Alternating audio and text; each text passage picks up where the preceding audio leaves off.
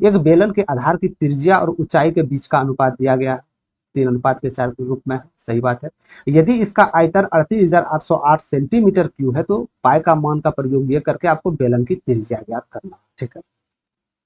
तो ये 4 ऑप्शन में जो दिया गया ये बेलन का त्रिज्या होगा, यानी त्रिज्या जो दिया होगा ना, त्रिज्या जो चाहिए हमको मेरे दोस्त, तो त्रिज्या का रेशियो तो ऑलरेडी दिया गया है।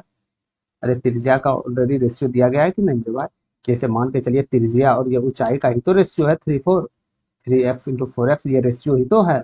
यानी कि त्रिज्या जो भी होगा 3x के रूप में होगा, ये 3 से विभाजित होने वाली वो संख्या, यहाँ तक समझ गए। यानी कि त्रिज्या जो होगा आपका 3r के बराबर, या आप बोल सकते हैं 3x के बराबर, समझ गए। यदि 3x के बराबर ये त्रिज्या हुआ, यानी कि जो भी संख्या होगा आपका ये पूर्ण रूप से 3 से कटने वाला संख्या होना चाहिए, तभी तो यहाँ से पूर्ण संख्या आपका आ रहा है, कटने वाली होनी चाहिए। तो 3 से कटने वाली इसमें से कौन संख्या आपको नजर आ रही है पहले बार में?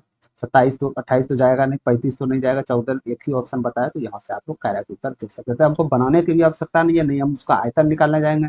और यदि आप लोग सिंपली प्रश्न को देखें और बनाने के लिए सीधा जुट जाइए, तब आप लोग क्या करना पड़ेगा, यहाँ से इसका आयतन लेना पड़ेगा, पायर आप लोग जानते हैं बेलन का आयतन पायर स्क्वायर एच, फिर पाए का वैल्यू आप लोग 22/7 रखिए, फिर त्रिज्या का मान 9x² रखिए, फिर आपको यहाँ पे रखना पड़ेगा 4x, तब इसके बराबर 38,808 कीजिए, 38,808 कीजिए, समझ गए। फिर यहाँ से इतना क्यों परेशान करना है, इतना कुछ नहीं करना है, कुछ लॉजिक, कुछ प्रश्न में हर एक प्रश्न को सॉल्व करना नहीं होता है, ठीक है। तो आप इस प्रोसेस से न जाने के बदले यहाँ से डायरेक्ट मेथड से सॉल्व कर सकते हैं। और सेशन अटेम्प्ट आप लोग करते रहिए, A to Z शुरू से लेकर अंत तक जितना भी सेशन बता रहे हैं, कहीं भी दिक्कत आने वाले एग्जाम्स में भी इस तरह प्रश्न पूछे जाएंगे और इजी वे करके आप लोग चले